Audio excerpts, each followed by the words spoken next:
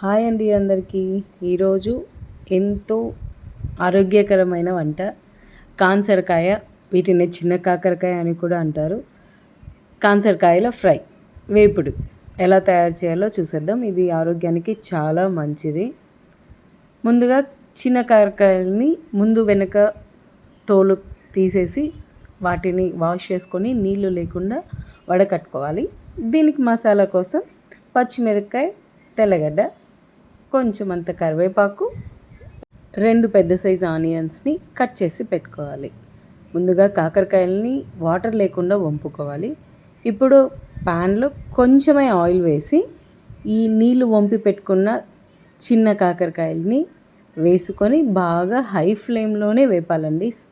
లో ఫ్లేమ్లో వేపితే కనుక అది చిట్లిపోతుంది, పగులుతుంది.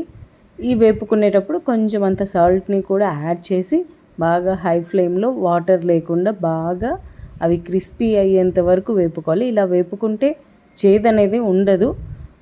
అందరూ చెప్పినట్టు అస్సలు ఉండదని చెప్పను, కానీ కొంచెం అంత చేదు ఉంటుంది.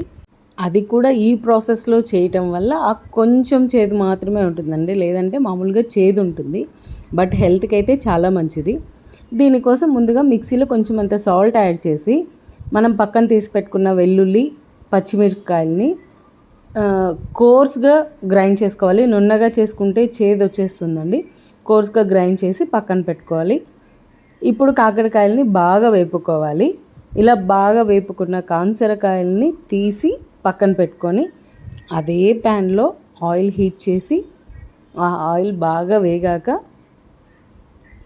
దాంట్లోకి మనం ముందుగానే కట్ చేసి పెట్టుకున్న ఆనియన్స్ని వేసి దాంట్లోనే కొంచెం అంత పసుపు, ఉప్పు కూడా యాడ్ చేసి కరివేపాకు కూడా వేసేసుకొని ఆ ఆనియన్స్ బాగా వేపుకునేలాగా చూసుకోవాలి. ఇలా ఆనియన్స్ బాగా వేగాక ఆనియన్స్ని కొంచెం పక్కకి జరిపి మనం మసాలా గ్రైండ్ చేసి పెట్టుకున్నాం కదండి, పచ్చిమిర్చి, తెల్లగడ్డ, దాన్ని యాడ్ చేసి ఆ ఆనియన్స్ని దాని మీద కవర్ చేసి ఒక 2 minutes అలా వదిలేయాలి. ఇలా ఎందుకు చేయాలంటే ఆ పచ్చిమిరపకాయ స్మెల్ అనేది, నసురు స్మెల్ ఉంటుంది కదండి పచ్చిమిరపకాయలో, ఆ స్మెల్ అనేది పోతుంది.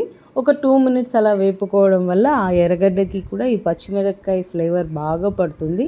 ఇలా పచ్చిమిరపకాయ పచ్చివాసన పోయింది, బాగా వేగింది అని తెలిసిన తర్వాత మనం ముందుగా వేయించి పెట్టుకున్న కాన్సరకాయని కూడా యాడ్ చేసి ఒక 2 minutes లో ఫ్లేమ్లోనే చేయాలండి. ఇదంతా లో ఫ్లేమ్లో బాగా వేపుకోవాలి. ఆ పచ్చిమిరపకాయ ఫ్లేవర్ అంతా కూడా దానికి బాగా పడుతుంది.